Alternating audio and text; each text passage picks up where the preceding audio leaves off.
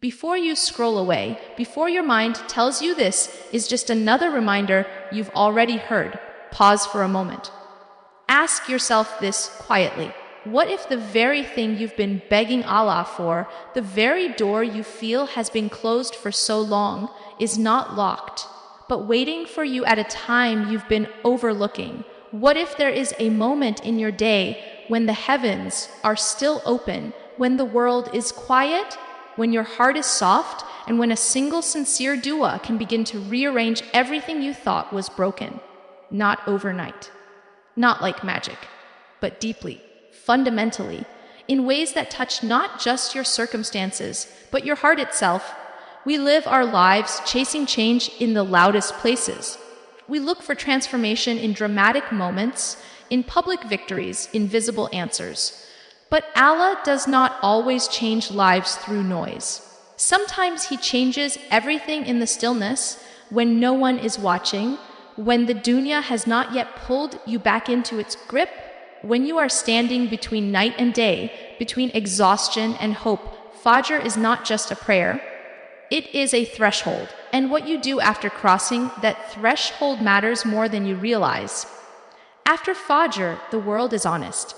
There are no performances yet, no masks fully in place. Your soul is closer to its natural state, aware of its need, aware of its fragility, aware of its dependence. This is not an accident. Allah created time with wisdom. He placed barakah in certain moments, not because He is limited, but because we are.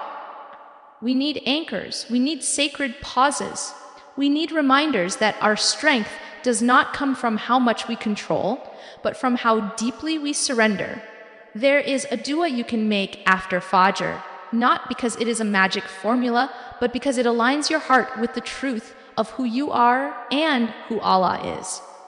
A dua that does not just ask for outcomes, but asks for alignment. A dua that does not demand control, but seeks closeness. A dua that, if made consistently, begins to change how you see pain, delay, loss, and even unanswered prayers.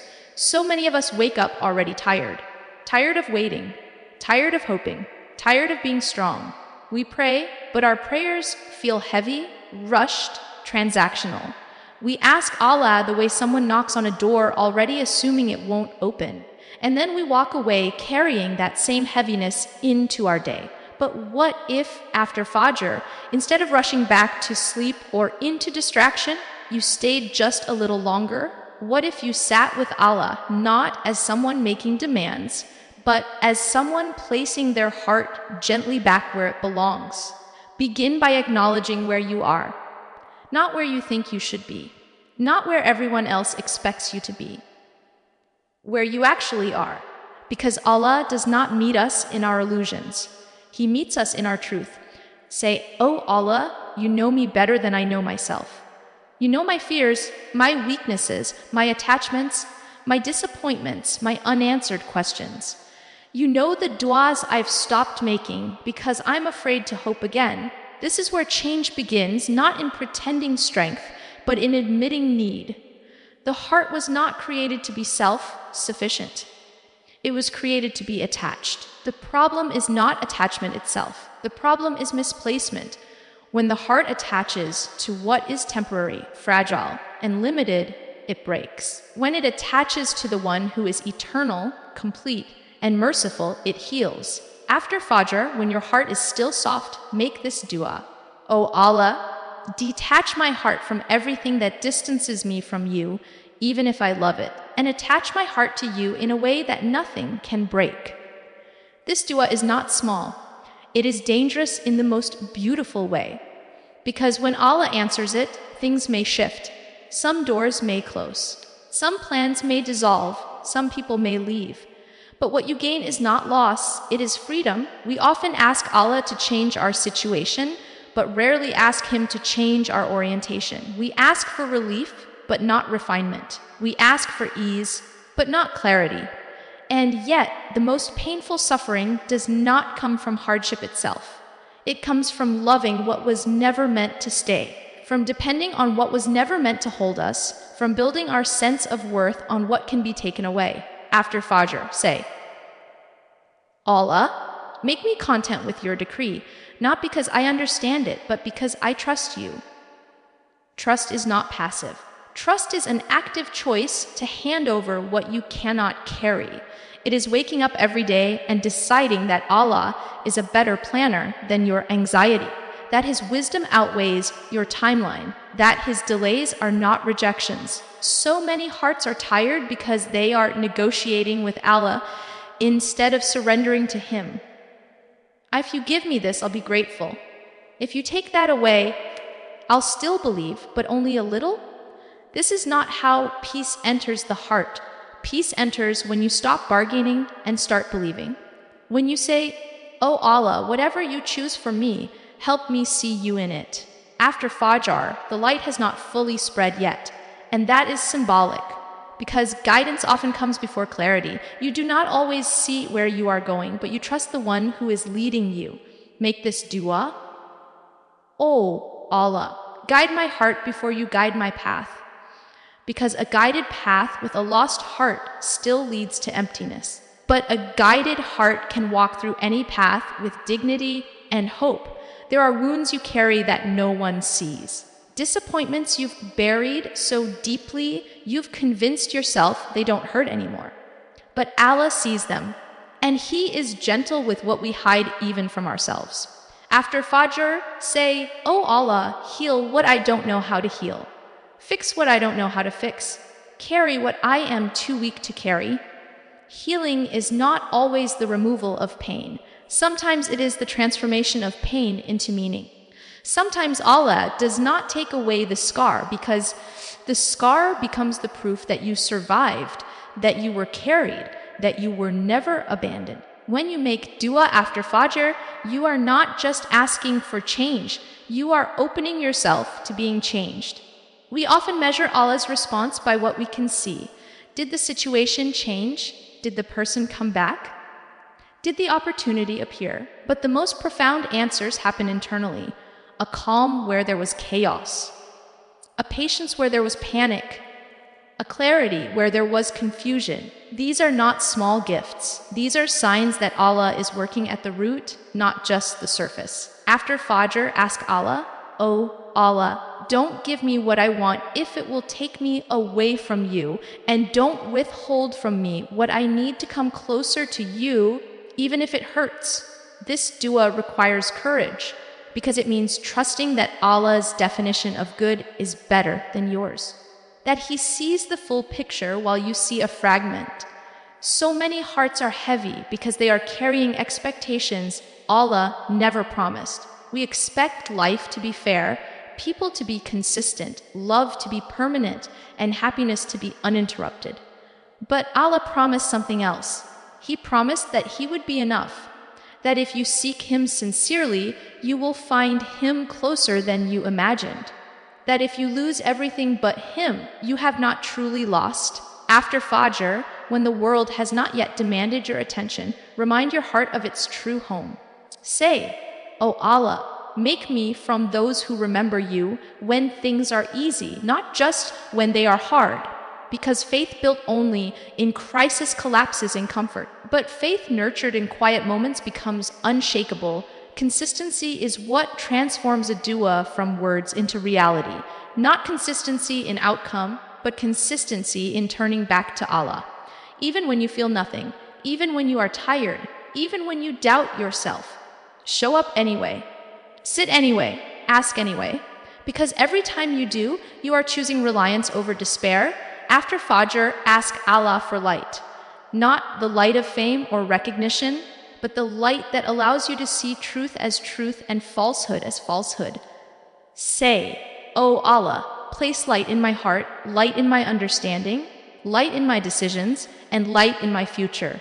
Because when Allah gives light, confusion loses its power. There are prayers you made years ago that you think were ignored.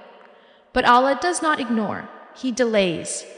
He redirects. He protects. Sometimes the answer is not what you asked for, but what you would have asked for if you knew what He knows. And sometimes the answer is still forming you into the person who can carry it without being destroyed by it. After Fajr, surrender your timeline. Say, "Oh Allah, I am tired of trying to control what you already control. I give you my plans, my fears, my hopes, and my expectations. Do with them what brings me closest to you. This is not defeat. This is liberation. When you begin your day this way, something shifts. Not necessarily around you, but within you. You walk differently. You respond differently. You trust more easily. You fear less intensely. You stop seeing every delay as punishment and start seeing it as preparation. The heart that meets Allah in the quiet of Fajr is not the same heart that faces the world later that day. It is softer but stronger, more vulnerable but more anchored. This is how Allah changes everything, not by removing all difficulty, but by placing within you a certainty that difficulty does not define you. After Fajr, make this dua for your heart. O Allah, make my heart firm upon your religion. Because faith is not a feeling. It is a commitment. It rises and falls, but it survives through intentional return. And every return is an act of love. There will be days when you make this dua and feel nothing. Days when the world feels just as heavy. Do not stop. Seeds grow underground before they break the surface. Roots form in darkness. Allah's work in you is not always visible, but it is always purposeful. After Fajr, remind yourself who you belong to. Say, "Oh Allah, I am yours. My heart is yours. My story is yours." Write it in a way that pleases you, even if it confuses me. This is the dua of someone who understands that true success is not ease, but nearness. The dunya will try to convince you that peace comes from control, security comes from certainty, and happiness comes from having everything go your way. But Fajr teaches you otherwise. It teaches you that peace comes from surrender, security comes from trust, and happiness comes from knowing that Allah is enough, even when everything else is uncertain. When you make this dua after Fajr consistently, you begin to notice subtle changes. Your reactions soften. Your resentment loosens its grip. Your fears no longer scream as loudly. And you realize that Allah has been answering you all along, not by changing your life instantly, but by changing you deeply. So tomorrow, and the day after that, linger just a little longer after Fajr. Let your heart speak before the world speaks over it. Let your soul remember before it forgets again. Sit in that sacred space where the night has not fully left and the day has not fully arrived. And tell Allah, with all the honesty you have left, I am here, I need you. I trust you. Teach my heart how to rest in you and remain there long enough to feel the stillness settle, long enough to let the weight loosen, long enough to remember that the one who woke you up is the one who is already carrying what you are afraid to face. And in that quiet moment, as the light slowly stretches across the sky, as the world begins to stir, allow your heart to stay just a little longer with the one who never left it. Because sometimes the greatest transformation does not announce itself. It unfolds gently, silently, faithfully, in the spaces where only Allah and your heart are present, and you begin to walk into your day not knowing exactly how things will change, but knowing with certainty that you are no longer walking alone, and that is where everything truly begins to shift, even if you cannot yet see how, even if the answer is still forming, even if the road ahead remains unclear. Because the heart that has placed itself in Allah's hands after Fajr has already taken the most important step, and it continues, breath by breath, prayer by prayer, surrender by surrender, learning that nearness itself is the answer, and that is where the real change continues to unfold. Fajr is not merely an obligation to be checked off before returning to sleep or rushing into the day. It is a sacred threshold where the unseen and the seen meet, where the soul stands at the edge of night and day, exhaustion and hope, weakness and reliance. In these moments, the world has not yet made its demands, and the heart has not yet put on its armor. There is a softness after Fajr that does not exist later in the day, a quiet honesty that allows the soul to recognize its need without distraction or pretense. Allah, in His wisdom, placed barakah in this time not because He is limited by time, but because we are. We need moments carved out for return, moments when the heart is more willing to listen than to argue, more open to surrender than to control. Fajr comes at a cost. It requires leaving comfort, sleep, and warmth, and that sacrifice itself prepares the heart for sincerity. It humbles the nafs before the day begins, reminding it that it does not run the world, and that dependence is not weakness, but truth. After Fajr, when the prayer is complete, but the connection has not yet faded, the soul is standing in a doorway, and what happens in that doorway matters. If we rush through it, we carry the same noise and wade into our day. But if we pause, if we sit in that stillness, we begin the day anchored rather than scattered. This is why the moments after Fajr are not meant to be filled immediately with distraction. They are meant for remembrance, reflection, and dua, because the heart is more receptive before it is overwhelmed. In that quiet space, the heart remembers its original purpose, not to chase validation, control outcomes, or secure permanence in a temporary world, but to remain connected to the one who does not change. Fajr strips life down to what is essential: you, your need, and your Lord.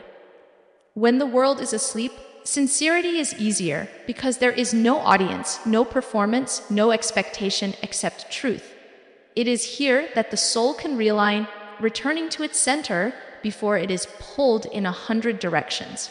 Beginning the day in this way reshapes everything that follows, because decisions, reactions, and responses flow from the state of the heart. When the heart crosses the threshold of Fajr consciously, it carries light into the rest of the day, a quiet strength that does not depend on circumstances. Even if challenges arise, the heart that began its morning in surrender is less likely to panic, less likely to cling, and more likely to trust, because it has already been reminded in the stillness of that moment where safety truly lies. True change does not begin when circumstances shift, when doors open, or when relief finally arrives. It begins when the heart is reoriented toward its true source of stability. We often believe that peace will come once something external changes, once the pain leaves, once the situation resolves, or once we finally receive what we have been asking for. But this way of thinking quietly places the heart in a state of dependency on outcomes, making its well-being conditional on things that are fragile and temporary.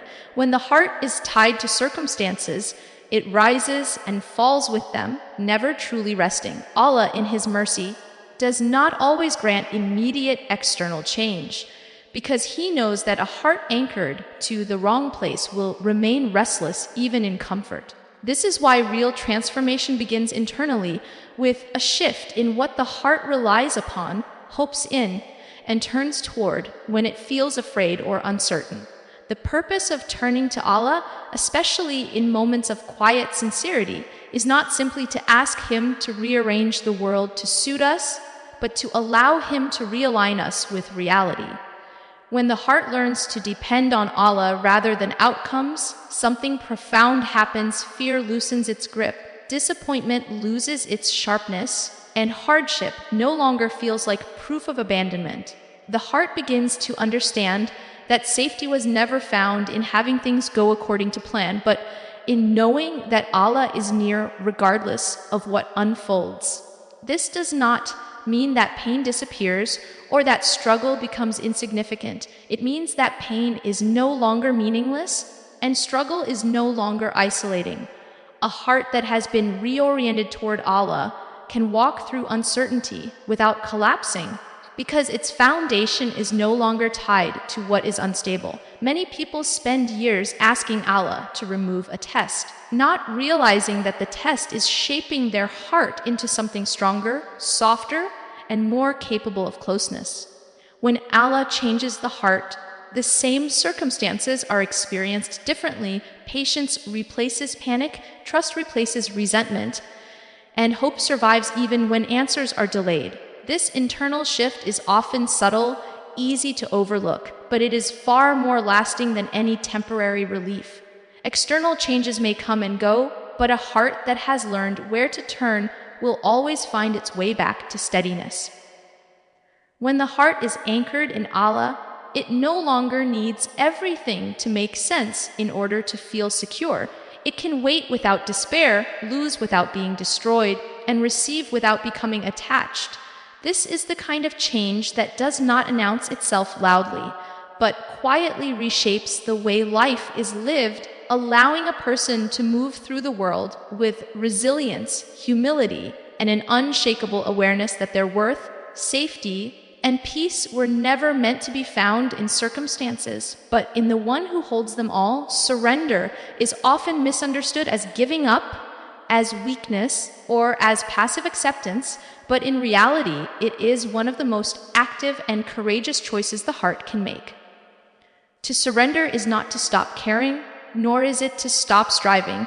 It is to release the illusion that control belongs to us in the first place. Much of the anxiety we carry comes from trying to manage outcomes that were never placed in our hands, from believing that if we worry enough, plan enough, or fear enough, we can somehow prevent loss or guarantee safety. This constant effort exhausts the soul because it is built on a false premise. Allah alone holds control, not as a distant authority, but as a merciful caretaker who sees what we cannot see. When the heart resists this truth, it remains tense, always bracing for impact, always afraid of what might slip away. Surrender, then, is not about lowering expectations of Allah, but about releasing the expectations we place on life. It is choosing trust over tension, faith over fear, and reliance over resistance. When a person truly surrenders to Allah, peace does not come because everything becomes easy, but because the heart is no longer fighting reality. The heart stops arguing with what has already been decreed and instead begins to ask how to respond in a way that brings closeness and growth. This shift changes everything because the struggle moves from trying to control the future to learning how to remain present with Allah in the moment. Surrender allows the heart to rest, not in certainty of outcome, but in certainty of divine care. It teaches the soul that being held by Allah is safer than holding everything together on its own. Many people delay peace because they believe they must understand Allah's plan before they can accept it. But surrender does not require understanding. It requires trust. Trust that Allah's wisdom is not dependent on our comprehension, and that His mercy is not limited by our perception. When the heart finally lets go of its grip, it discovers that what it feared losing was never its source of security. In surrender, the heart learns to say, even when it trembles, that whatever Allah chooses will not be without purpose, and whatever He withholds is not without protection. This does not eliminate grief or disappointment, but it softens them, placing them within a larger framework of meaning. The heart that surrenders is no longer shattered by uncertainty because it has anchored itself to the one who remains constant. Over time, this surrender reshapes the inner landscape, replacing constant tension with quiet reliance and teaching the soul that peace was never found in controlling the path, but in trusting the one who guides it. When we make dua, we often scan our surroundings for evidence that something has changed, measuring Allah's response by visible outcomes and immediate results. We look for doors to open, circumstances to shift, or pain to disappear, and when these signs do not appear, we assume silence or rejection. But Allah's answers are not limited to what the eyes can see, and some of the most profound responses take place within the heart long before anything changes on the surface. Internal transformation is often the first sign of divine intervention, even if we do not recognize it as such. A heart that once panicked may begin to feel steadier, a mind that once spiraled may grow quieter, and a soul that once felt abandoned may begin to sense closeness again. These changes are subtle, unfolding gradually, but they are powerful because they alter how life is experienced rather than merely what happens. Allah, in His wisdom, often heals at the root before adjusting the branches, knowing that external relief without internal strength would only leave the heart vulnerable again. When patience replaces panic, it is not because the problem disappeared, but because Allah fortified the heart to carry it differently. When clarity emerges in the midst of confusion, it is not because all answers have been revealed, but because Allah has given light where darkness once dominated. These internal shifts protect the believer from being defined by circumstance, allowing faith to grow even in uncertainty. Many people overlook these answers because they do not match their expectations of how help should arrive. Yet a heart that can breathe in hardship, that can trust without guarantees, and that can hope without timelines has received a gift that cannot be measured by external change. Allah often prepares the heart before delivering the outcome, reshaping intentions, purifying attachments, and strengthening reliance so that when relief does come, it does not become a new test of arrogance, entitlement, or dependence. Even when external change is delayed or never comes in the way expected, the internal response remains a sign of divine care. A softened heart, a renewed sense of purpose, or a quiet resilience is not the absence of an answer, but its presence. These internal answers allow the believer to continue turning toward Allah rather than away from Him in disappointment. Over time, the heart begins to recognize that Allah has been responding all along, not always by removing the struggle, but by transforming the way the struggle is held. This realization reshapes the relationship with dua itself, shifting it from a transactional request for outcomes to an intimate act of connection and trust. When the believer learns to see internal change as a form of divine response, patience deepens, gratitude expands, and faith becomes less fragile. The heart learns that being strengthened, guided, and steadied is not a lesser answer, but often the most merciful one, especially when Allah knows that what we are asking for would not have served us as we imagined, and so He responds by first making us into someone capable of walking forward with wisdom, humility, and trust. When we make dua, we often scan our surroundings for evidence that something has changed, measuring Allah's response by visible outcomes and immediate results. We look for doors to open, circumstances to shift, or pain to disappear, and when these signs do not appear, we assume silence or rejection. But Allah's answers are not limited to what the eyes can see, and some of the most profound responses take place within the heart long before anything changes on the surface. Internal transformation is often the first sign of divine intervention, even if we do not recognize it as such. A heart that once panicked may begin to feel steadier, a mind that once spiraled may grow quieter, and a soul that once felt abandoned may begin to sense closeness again. These changes are subtle, unfolding gradually, but they are powerful because they alter how life is experienced rather than merely what happens. Allah, in His wisdom, often heals at the root before adjusting the branches, knowing that external relief without internal strength would only leave the heart vulnerable again. When patience replaces panic, it is not because the problem disappeared, but because Allah fortified the heart to carry it differently. When clarity emerges in the midst of confusion, it is not because all answers have been revealed, but because Allah has given light where darkness once dominated. These internal shifts protect the believer from being defined by circumstance, allowing faith to grow even in uncertainty. Many people overlook these answers because they do not match their expectations of how help should arrive. Yet a heart that can breathe in hardship, that can trust without guarantees, and that can hope without timelines has received a gift that cannot be measured by external change. Allah often prepares the heart before delivering the outcome, reshaping intentions, purifying attachments, and strengthening reliance so that when relief does come, It does not become a new test of arrogance, entitlement, or dependence. Even when external change is delayed or never comes in the way expected, the internal response remains a sign of divine care. A softened heart, a renewed sense of purpose, or a quiet resilience is not the absence of an answer, but its presence. These internal answers allow the believer to continue turning toward Allah rather than away from Him in disappointment.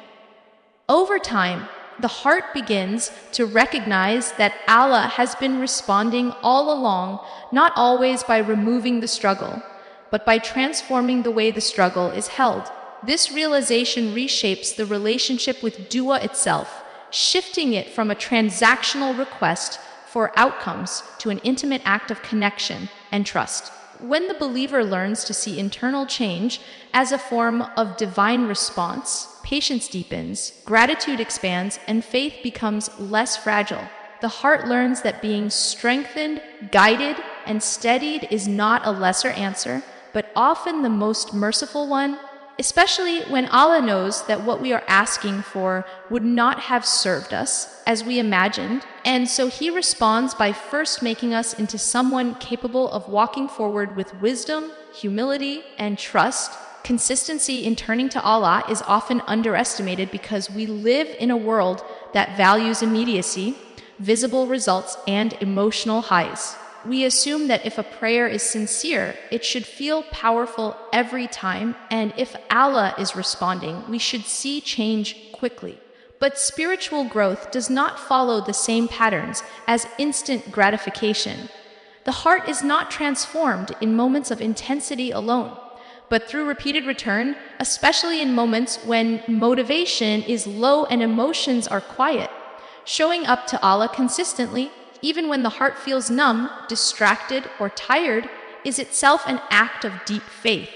It is easy to turn to Allah when desperation forces us to our knees, but it is far more transformative to return when nothing dramatic is happening, when there is no emotional urgency, and when life feels ordinary. This consistency teaches the soul that its relationship with Allah is not dependent on crisis, but rooted in commitment.